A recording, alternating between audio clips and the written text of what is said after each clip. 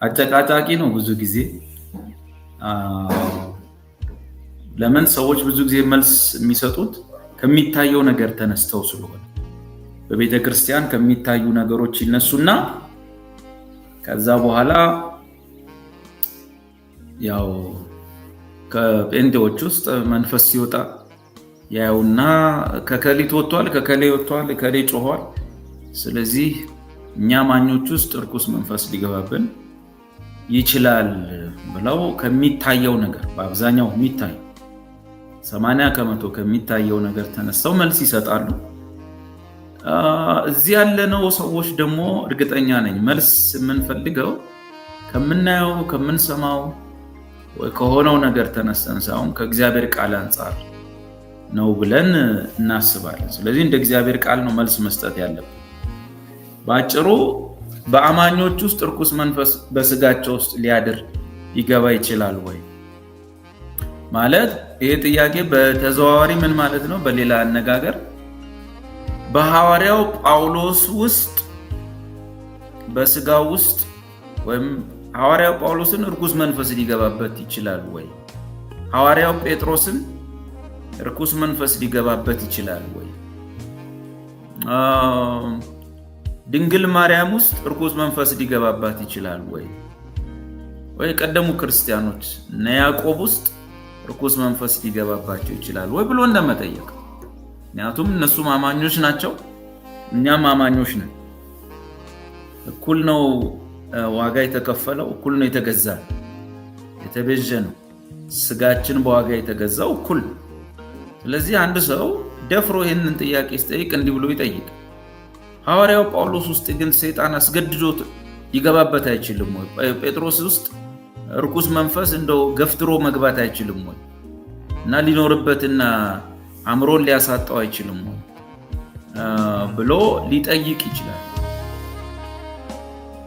እንደዛ እንደመጠየቅ ማለት ነው። አንዳንድ ጊዜ ቸርች ውስጥ የምናያቸውን ክርስቲያኖች እና አማኝ ውስጥ ሊገባ ይችላል አይችልም የሚለው ጥያቄ ከዛ ከምናየው ተነስተን የምንጠይቀው።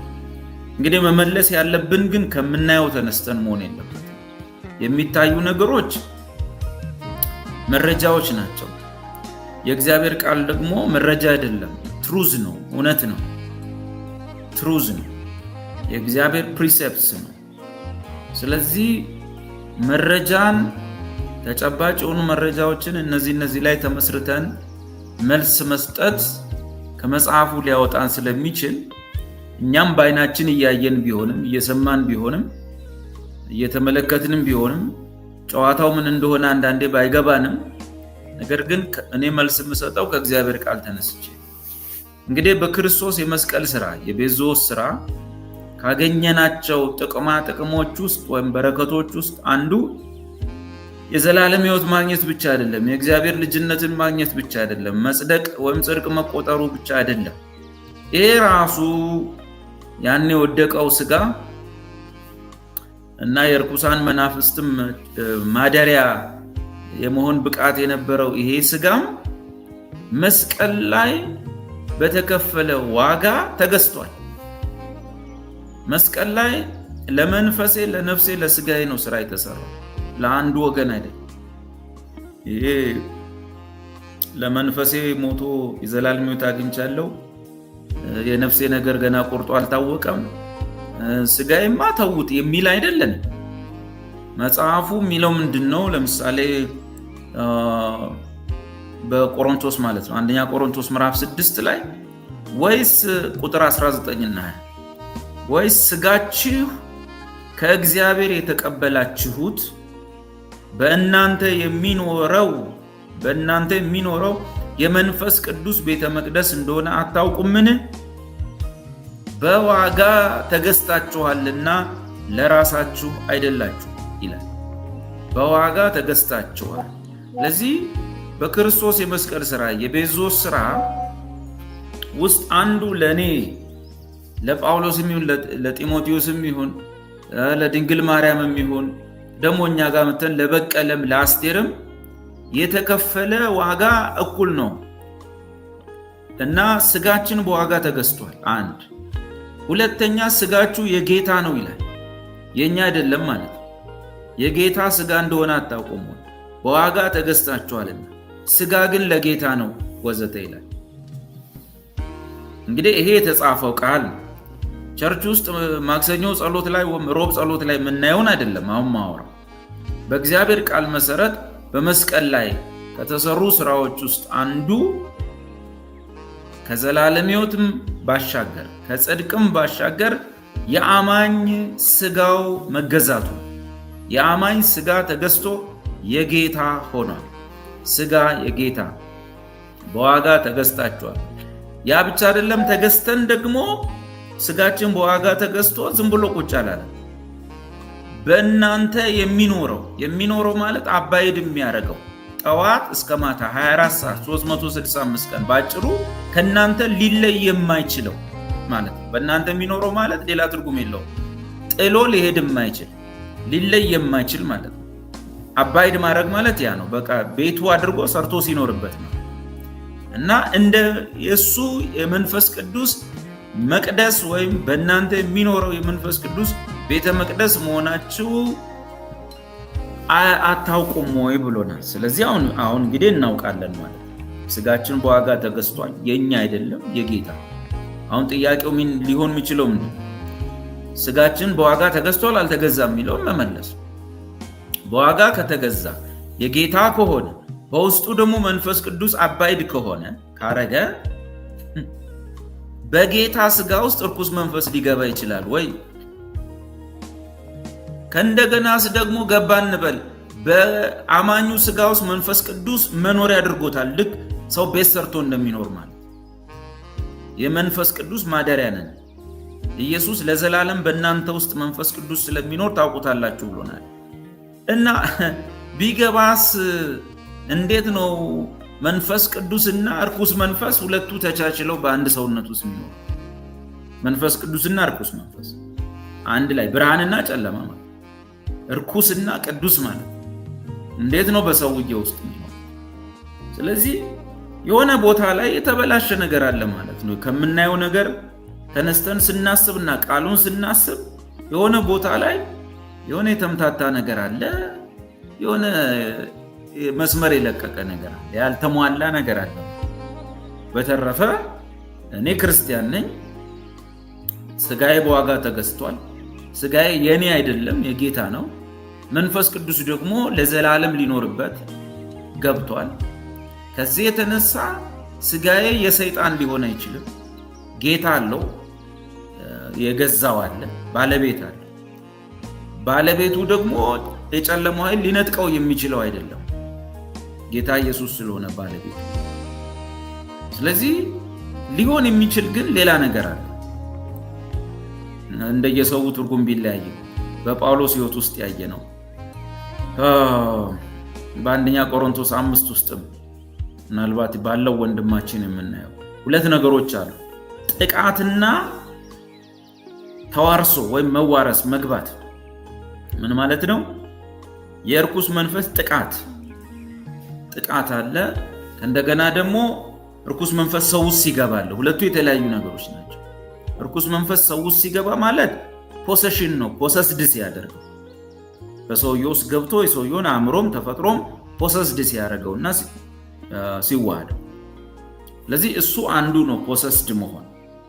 ሌላው ደግሞ ይሄ መውረስ ወይም መግባት ተዋርሶ ወይንም ፖሰስድ መሆን ሳይሆን ሁለተኛው ደግሞ ጥቃት የሚባል አለ። አፍሊክሽን ማለት አፍሊክሽን እኔንም ያገኘኛል። የሰይጣን አፍሊክሽን ጳውሎስንም አግኝቶታል፣ ሌሎች ወንድሞችንም ያገኛል። እያንዳንዳችን ላይ በጌታ ፈቃድ በሆነ ምክንያት፣ እሱም ቢሆን ምክንያት ሲኖር አፍሊክሽን አለ። አፍሊክሽን ወይም ደግሞ ጥቃት የምንለው በሰውየው አካል ውስጥ እርኩስ መንፈስ ሲገባ አይገባም። አፍሊክሽን ክርስቲያኖች ላይ ይደርሳል። ፖሰስድ መሆን መንፈሱ ግን ተዋርሶት ሰውየውን የመኖሩ ጉዳይ ግን ጥያቄ ይፈጥራል። ስለዚህ ሰውየው ሙሉ ነፃ መውጣት ማለት ወንጌሉን በሙላት መስማት ይገባዋል። ከዘላለም ሕይወት ባሻገር ከመዳን ባሻገር ባጭሩ ጤናማ ወንጌል በመስማት አርነት መጀመሪያ ራሱ ጌታን ከተቀበለ ጀምሮ ያንን መስመር መምጣት አለበት። ጤናማ ወንጌል በመማር ትክክለኛ ዳግመኛ በመወለድ በእግዚአብሔር ቃል እውቀት ከነዛ ነገሮች ነፃ እየወጣ መጥቶ ነው ሰውየው ወደ ቅዱሳን ማህበር መደባለቅ ያለው እንጂ ጌታ ቤት 10 ዓመት ቆይቶ ከጮኸ ሰውየው ጌታ ቤት 5 ዓመት ቆይቶ አሁንም መንፈስ ከጮኸበት ይሄ የሆነ አጠያቂ ነገር አለ። የመጽሐፍ ቅዱሱን መስፈር ሰውየው አላሟላም ማለት እንችላለን ወይ? እንዴት ነው? ስጋው በዋጋ አልተገዛም፣ መንፈስ ቅዱስ በውስጡ አልገባም። ባጭሩ ምንድነው የሰማው ወንጌል ላይ ራሱ ጥያቄ እንፈጥራለን። የሰውዬ ጤናማ ወንጌል ሰምታሉ። ምናልባት ሰባኪው ድሮ ወደ ይሄን ሰውዬ ወደ ጌታ ያመጣው እኔ ደሃ ነበርኩኝ ብሎ ሰባኪው ደሃ ነበርኩ፣ መንገድ ዳር ነበር መተኛው፣ ጌታን ሳገኛውን ሀብት አገኘው፣ ቤት አገኘው፣ ጌታን ተቀበሉ ሲል የመጣ ሰውዬ ሊሆን ይችላል። ወንጌል አልሰማም ማለት ነው። እስካሁን የኃጢአት ስርየት ወንጌልን አልሰማም። ለዚህ ሁለቱን ነገሮች እንለያቸው። ፖሰስድ መሆን ወይም ፖሰሽን ማለት እርኩስ መንፈስ በሰውየው አካል ውስጥ ይገባል። ይሄ በክርስቲያን ላይ ሊሆን አይችልም። ጴጥሮስ ውስጥ እንዴት፣ ጳውሎስ ውስጥ እንዴት፣ ማርያም ውስጥ እንዴት፣ ያዕቆብ ውስጥ እንዴት፣ ዳግመኛ የተወለደ ሰው ውስጥ እንዴት። አፍሊክሽን ግን ጥቃት የምንለው ግን አፍሊክሽን ነው። እሱ ግን ሁሉም ላይ ሊደርስ ይችላል።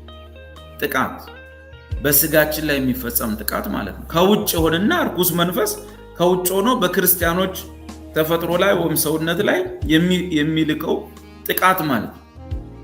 እሱ ደግሞ በሁለት ምክንያት ነው የሚሆነው።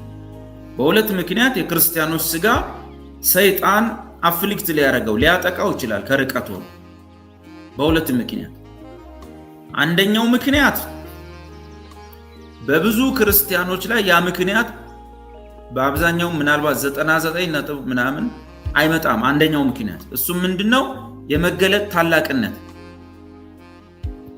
እንደ ጳውሎስ ሶስተኛ ሰማይ የወጣ ሰው ከኛ መሃል በሐዋርያት ያልተገለጠላቸውን መገለጥ ለማግኘት ወደ ሰማይ የወጣ ኢየሱስ በሰማይ ወንጌል ያስተማረው አዲስ ትምህርት ያስተማረው እንደው እንዲህ አይነት ባለ መገለጥ ካለ እንዲህ አይነቱ ሰው በመገለጥ ታላቅነት እንዳይታበይ እንዳይመካ የሰይጣን መልእክተኛ ወይም አፍሊክት የሚያደርገው መጎሰሚያ በሰውነቱ ላይ ይላካል።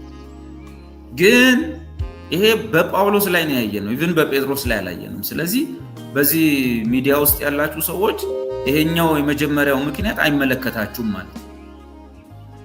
በመገለጥ ታላቅነት ምንም የምትታበዩት የለም። እኛ ገና መጽሐፍ ቅዱስ እያጠናን እንደ ጳውሎስ ሶስተኛ ሰማይ ሄደን አልመጣንም። ሊነገር የማይችል የማይነገር ቃል አልሰማንም።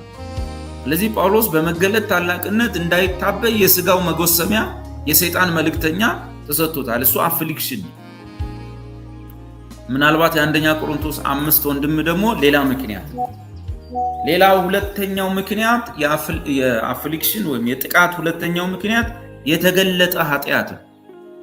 ሰዎች ወይም ክርስቲያኖች በጣም በተገለጠ ኃጢአት የሀገር መነጋገሪያ በሆነ ኃጢአት እየተመላለሱ ከቆዩ ምንም ሼም ሳይሰማቸው ምንም ሳይወቅሳቸው ወይም ሳይሰማቸው የሚቀጥሉ አይነት ከሆነ ሁለተኛው ምክንያት አንደኛ ቆሮንቶስ 5 ላይ ያለ አንድ በቤተ ክርስቲያን የወላጅ አባቱን ሚስት ያገባ ወንድም የደረሰበት አይነት ማለት